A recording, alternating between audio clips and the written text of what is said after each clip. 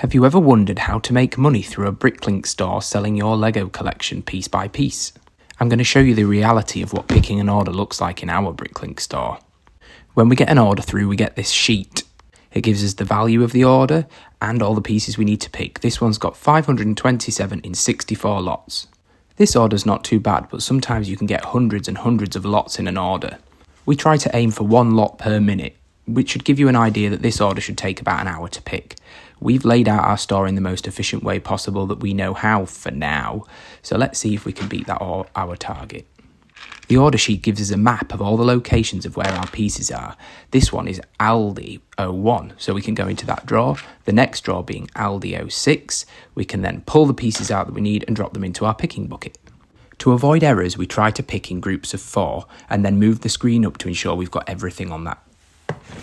After the Aldis, it's time for BO. These drawers live just in front of the Aldis, so no movement is required.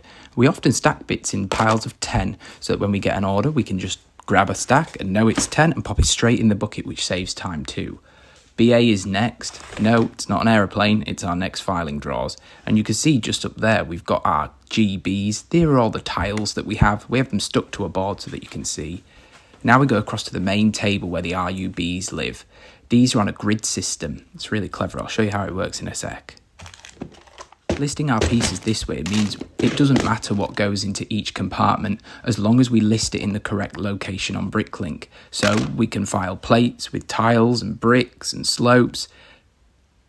The only problem is our old system uses boxes like this with lots of bags inside.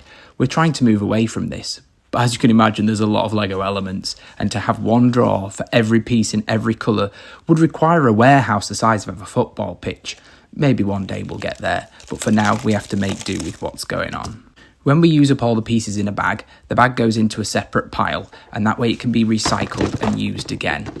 The piece can be listed wherever, it doesn't really matter. So our stock file is ever shifting, and locations are always changing. We consolidate as much as we can. Now we go over to WAMs.